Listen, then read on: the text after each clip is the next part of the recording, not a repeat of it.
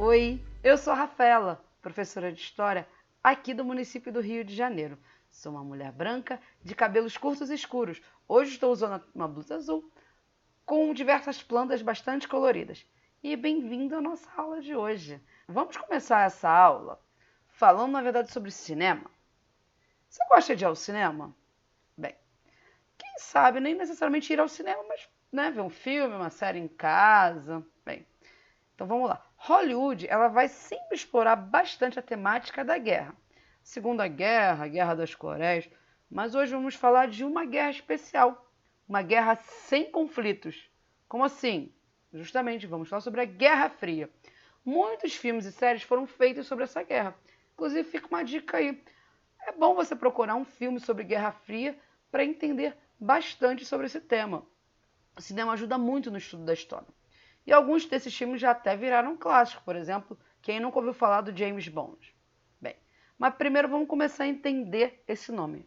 Guerra Fria. Guerra Fria foi o conflito político-ideológico entre Estados Unidos e União Soviética, que durou quase 50 anos, em que os dois lados eles evitavam confrontos militares diretos, temendo que o uso de armas nucleares levasse a uma destruição total.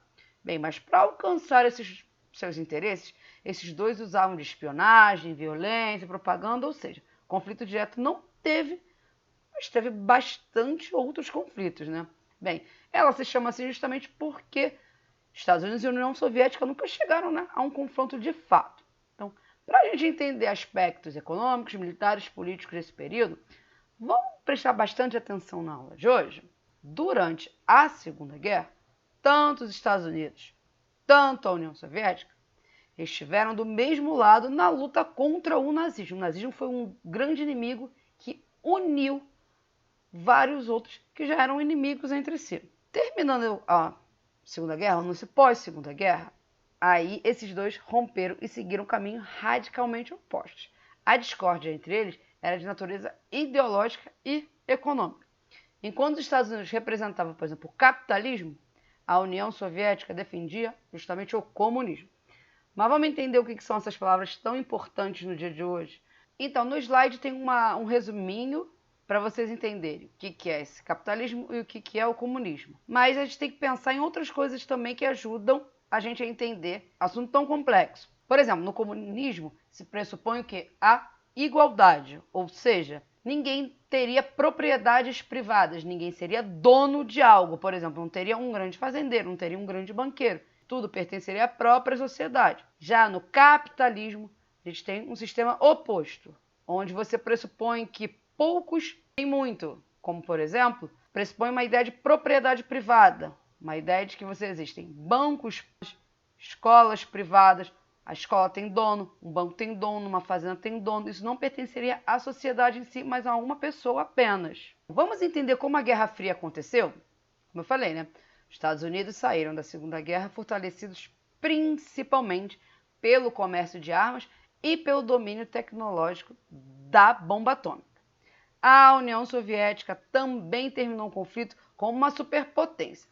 Ao derrotar os nazistas, os soviéticos implantaram o comunismo nos países do leste europeu, como, por exemplo, Hungria, Romênia, Tchecoslováquia, a atual República Tcheca e Eslováquia, Polônia, entre outros.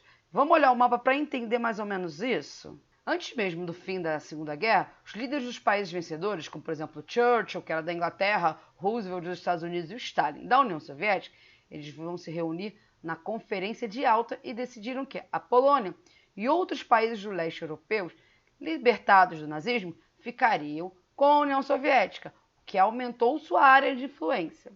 Bem, depois com a derrota de Hitler, na Conferência de Potsdam, os aliados decidiram que a Alemanha seria dividida entre eles. E aí que a gente está olhando esse mapinha aí, olha. Olha como é que está a Alemanha. Bem, ela foi dividida entre a Alemanha Ocidental, que seria capitalista, com a influência dos Estados Unidos, e a Alemanha Oriental comunista, com influência da União Soviética. Mais tarde foi construído um muro, e esse muro ia dividir a cidade de Berlim, O famoso Muro de Berlim. Ele é um dos maiores símbolos dessa divisão do mundo, é um dos maiores símbolos da Guerra Fria. Esse aumento da área de influência da União Soviética preocupou bastante os Estados Unidos. Em 1947, os Estados Unidos anunciaram sua intenção de intervir em qualquer região do mundo que, ao seu ver, estivesse em risco de cair sob controle comunista. Essa política ficaria conhecida como Doutrina Truman. No mesmo ano, o governo norte-americano lançou um programa de ajuda econômica às principais nações capitalistas europeias que estavam arruinadas pela guerra. Bem, até mesmo os ex-inimigos, como a Alemanha e a Itália, foram beneficiados pelo dinheiro estadunidense. Essa ajuda ficou conhecida como Plano Marshall. Também foi criada a Central de Inteligência Americana, a CIA, que na verdade era um serviço secreto baseado em espionagem com permissão para intervir em outros países. A CIA ajudou a derrubar governos democráticos, promoveu assassinatos e treinou torturadores de governos anticomunistas. Tudo isso tinha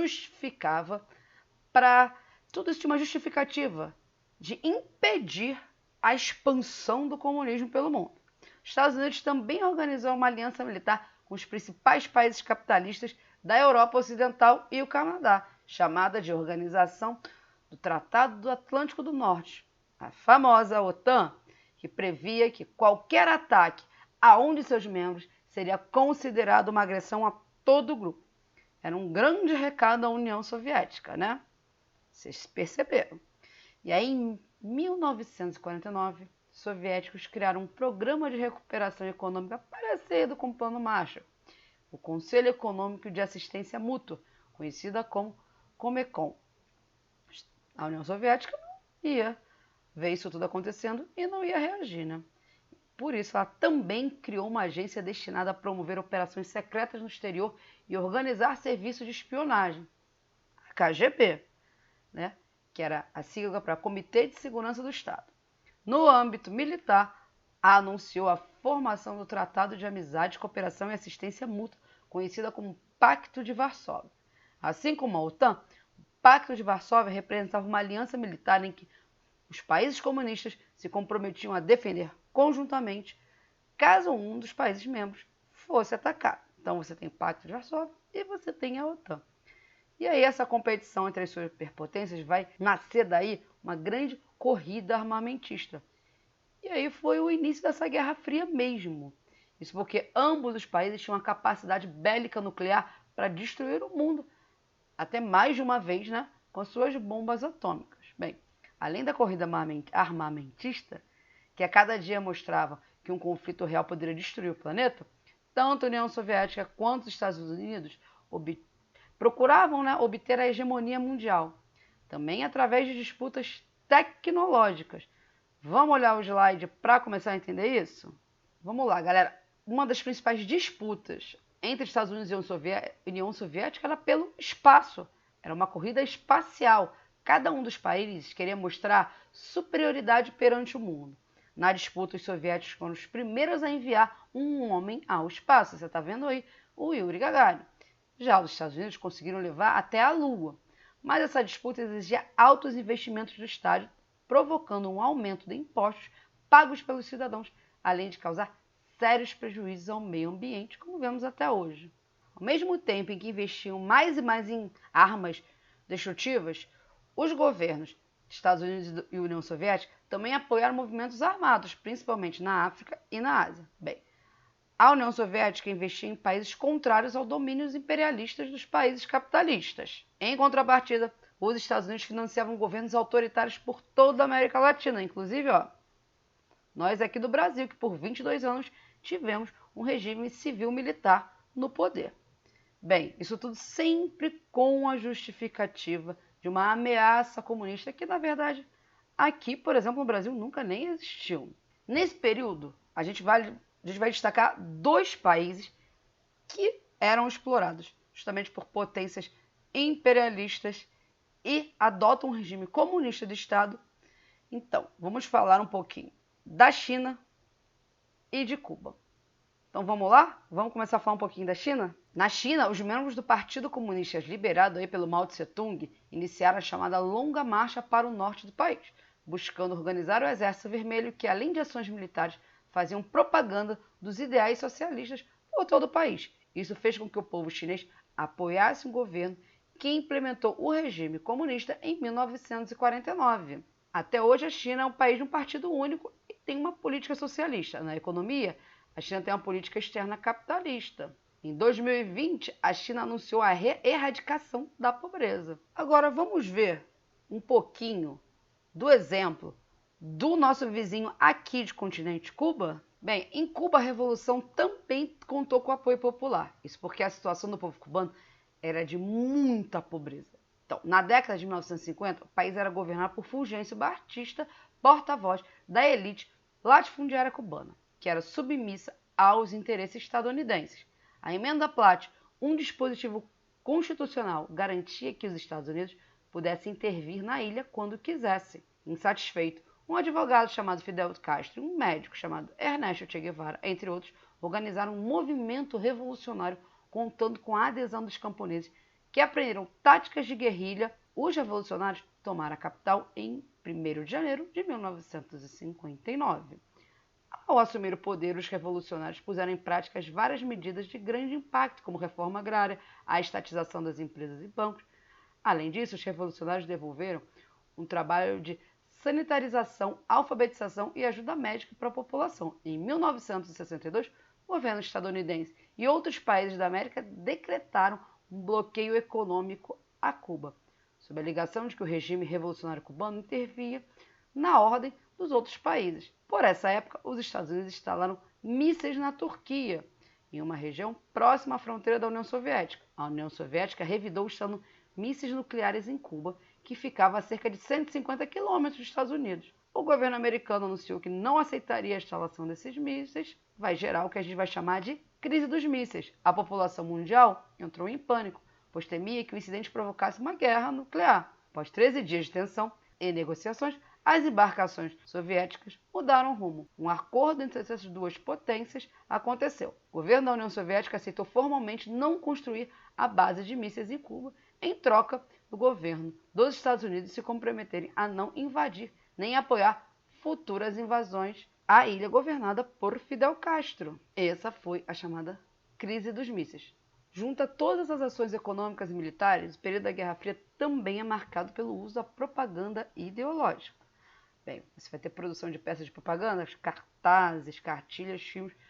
Muitos recursos foram usados, tanto pelos Estados Unidos quanto pela União Soviética, durante a Guerra Fria. Vamos ver alguns exemplos aí agora? Como podemos ver, olha só, o slide está mostrando justamente essa questão da propaganda ideológica, tanto da União Soviética, tanto dos Estados Unidos. Na propaganda da União Soviética, alerta para os crimes que, segundo os soviéticos, faziam parte do estilo de vida estadunidense e eram frequentes nos Estados Unidos. O outro aí foi feito em 1947, nos Estados Unidos, e justamente representa a visão estadunidense que poderia acontecer caso o país entrasse num domínio justamente do comunismo. Nesse período, várias pessoas de diferentes países iniciaram uma série de movimentos de contestação realizada por grupos de jovens de classe média urbana de países capitalistas.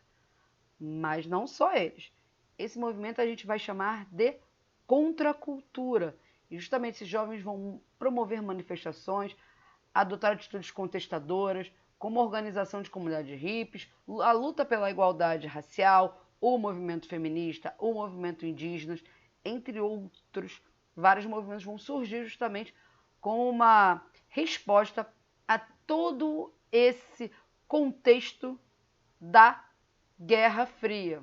Bem, a gente pode dizer, teoricamente, que a Guerra Fria acabou lá em 1991 com o fim da União Soviética enquanto Estado comunista. Porém, a guerra ideológica continua, né? Sem levar em conta um debate sério sobre as qualidades e defeitos de cada um dos sistemas econômicos ideológicos. A gente viu na aula de hoje, justamente, o início e o desenvolvimento até o final da Guerra Fria e como esse conflito, mesmo não chegando a ser bélico, ele vai influenciar todo mundo, inclusive nós aqui do Brasil. A aula de hoje está acabando, mas não sem antes um desafio. Vamos ver o desafio aí na tela? Bem, falei muito sobre a relação dos Estados Unidos e da União Soviética, que, como eu falei, em 1991 acabou e se virou o atual país Rússia. Então eu desafio você em casa a pesquisar justamente como é que é a relação hoje em dia entre Estados Unidos e Rússia. Será que tem resquícios da Guerra Fria? Será que não? Como esses países se relacionam hoje? Eu vou ficando por aqui. Até a próxima e tchau, tchau!